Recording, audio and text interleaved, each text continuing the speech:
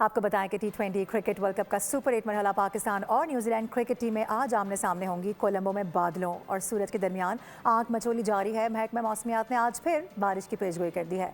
तफसीलात क्या हैं बात करेंगे, वहीं पर हमारे नुमाइंदे अफजाल अब्बासी मौजूद हैं। अफजाल बताएगा क्या बताना है, क्या प्रेडिक्ट किया जा रहा है।